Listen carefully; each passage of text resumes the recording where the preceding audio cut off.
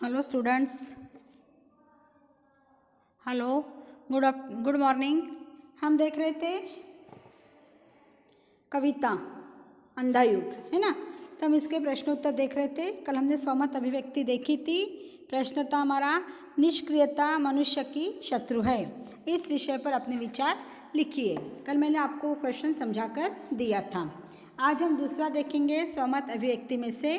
प्रश्न है हमारा, मनुष्य का भविष्य उसके हाथों में है। मनुष्य का भविष्य उसके हाथों में है। इस विषय पर अपने विचार लिखना है, ठीक है। तो हम देखेंगे किस प्रकार मनुष्य का भविष्य उनके हाथ में है। तो आपको पता है, सुख दुख अपोजिट वर्ड है, राइमिंग वर्ड्स बोलेंगे इनको। सफलता असफलता, उत्थान और पतन। सुख के पीछे दुख आता है, दुख के पीछे सुख आता है। सुख भी स्थायी होता नहीं है, दुख भी स्थायी होता नहीं है। दुख काय के लिए आया? जाने के लिए आया। सुख काय के लिए आया? जाने के लिए आया, है ना। सफलता मिली तो उसके बाद में क्या आएगी? असफलता। और असफलता मिली तो उसके बाद में क्या आने वाली है? सफलता आने वाली है। उत्थान, हम ऊपर उठ रहे हैं, उत्थान हो रहा हमारा, और बाद में क्या होता है? पतन भी होता है। तो ये जो सब है ये हमारे भाग्य के अधीन नहीं है। ये हमको अपने कर्मों के फल से मिलता है। जैसे जैसे हमने कर्म किए वैसे वैसे उसका फल मिलता है।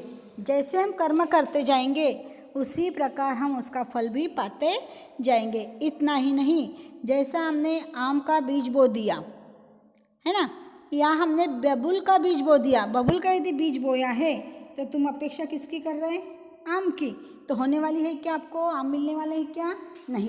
तो बबूल का बीज बोया है तो बबूल ही मिलेगा, और आम का बीज बोया है तो आम ही मिलेगा। बबूल कहाँ से मिलने वाला है? तो जैसे जैसे हम बीज बोएंगे वैसे वैसे हमको उसके फल मिलते जाएंगे। समझ में आ रहा क्या? जो व्यक्ति काम करने योग्य है, अच्छा कार्य करता है, तो उसके सौभाग्य से उसको रूप भी, उसका फल भी अच्छा ही मिलता है। किसी के प्रति मन से, वचन से और काया से, वचन यानी शाब्दिक, काया यानी शरीर, और मन बोले तो हमारे मन से, तो मानसिक जो भी विचार हम करते हैं उसको बोलते हैं मन। तो तीनों ही से, मन से भी, वचन से भी और काया से भी, किसी के भी बारे में यदि हम गलत सोचते हैं या गलत काम उनके लिए हम करते हैं तो उसका फल उसको तो मिलेगा, तब मिलेगा, लेकिन हम लोगों को अपने आप को तुरंत मिल जाता है। उसको टाइम लगने वाला नहीं है। समझ में लो ये बात। अपना जीवन निष्क्रियता में या गलत कामों में लगाता है तो उसके लिए उसका परिणाम भी वो कौन मिलता है? गलत परिणाम मिलता है। दुर्भाग्य बन जाता है, दुर्भाग्य का भागी बनता है वो, है ना। तो भाग्य मनुष्य के कर्म के आधार पर है। भाग्य के आधार पर मनुष्य का भाग्य नहीं है। मनुष्य का जीवन भाग्य के आधार पर होता ही नहीं है।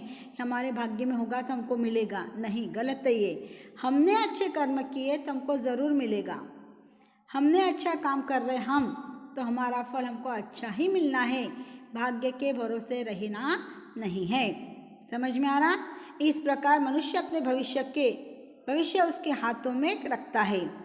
यदि मनुष्य चाहता है कि उसके भाग्य में समृद्धि, वैभव, ऐश्वर्य और सुख सुविधाएं का समावेश हो तो उसे निरंतर अच्छे कर्म करना चाहिए।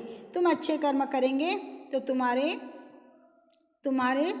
जीवन में समृद्धि, वैभव, ऐश्वर्य और सुख और सुविधाएं सभी आपके चरणों में आएगी, आपो आएगी, उसको लाना भी नहीं पड़ेगा।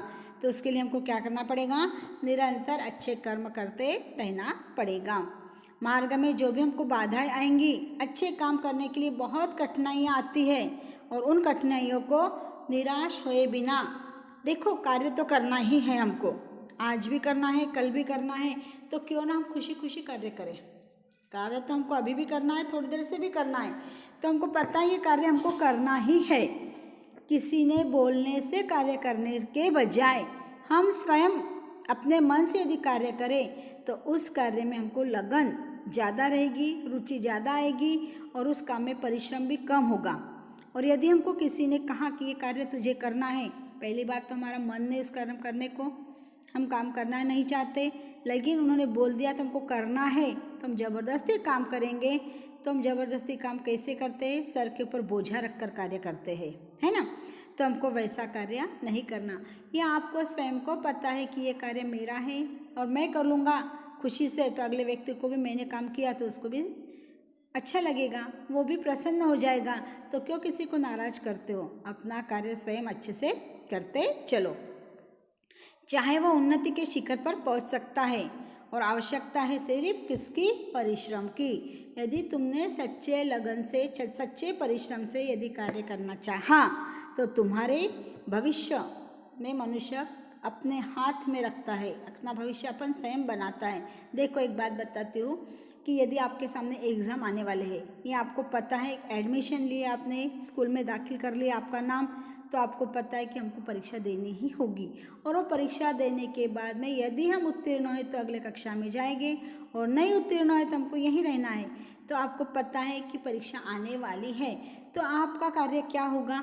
जिस दिन जितना पढ़ाया जाता है उसके ऊपर चिंतन करना, मनन करना, उसके ऊपर प्रश्न उत्तर देखना, नहीं समझ में आए तो टीचर को पूछ लेना, तो तुम्हारी डेयरिंग भी बढ़ेगी और तुम्हारा कार्य समय पर होता जाएगा। यानी तुम्हारे ऊपर जो ज़्यादा सारा बोझ परीक्षा के समय पे बोझ आएगा, वो बोझ आने वाला है क्या? नहीं। मतलब क्या होगा? तुम्हारा कार्य रोज का थोड़ा थोड़ा थोड़ा तुम करते जाओगे तो तुम्हारा बोझा हल्का होगा, और सर पे कोई बोझा नहीं रहेगा तो कार्य इजीली पूरा होगा। और तुम्हारी जब जब तुम पढ़ते जाओगे तो पीछे से पूरा चिंतन करना उसको कि मैंने कल क्या पढ़ा था, आज उसको पढ़ लूँ एक बार फिर आगे चलूँ। तो चिंतन करते करते कोई अड़चन आ गई तो तुम खड़े होकर क्लास में टीचर से पूछ पाओगे, तो तुम्हारी डेयरिंग भी बढ़ जाएगी। नहीं टीचर ऐसा नहीं, ऐसा आना चाहिए वहाँ। तो तुम्हारा कार्य स्वयं करने से, अपने मन से करने से, लगन से करने से अपना आने वाले एग्ज़ाम में हम पर्चा अच्छे से लिख पाएंगे। और क्यों ना हम तुम पास होंगे, पास नहीं अवश्य अच्छे उत्तीर्ण होंगे, अच्छे मार्कों से उत्तीर्ण हो सकोगे तुम। इस प्रकार से मतलब तुम अच्छे उत्तीर्ण हो गए तो तुम्हारे परिवार को खुशी, तुम्हारे शिक्षक को खुशी और तुमको स्वयं को खुशी कि मेरे को बहुत अच्छे मार्क्स मिले करके। और दूसरे साल तुम क्या करोगे? अगले साल उससे भी ज़्यादा अच्छे से पढ़ाई करने लगोगे। इस ढंग से हम हमारा भविष्य स्वयं बना सकते हैं। आया समझ में?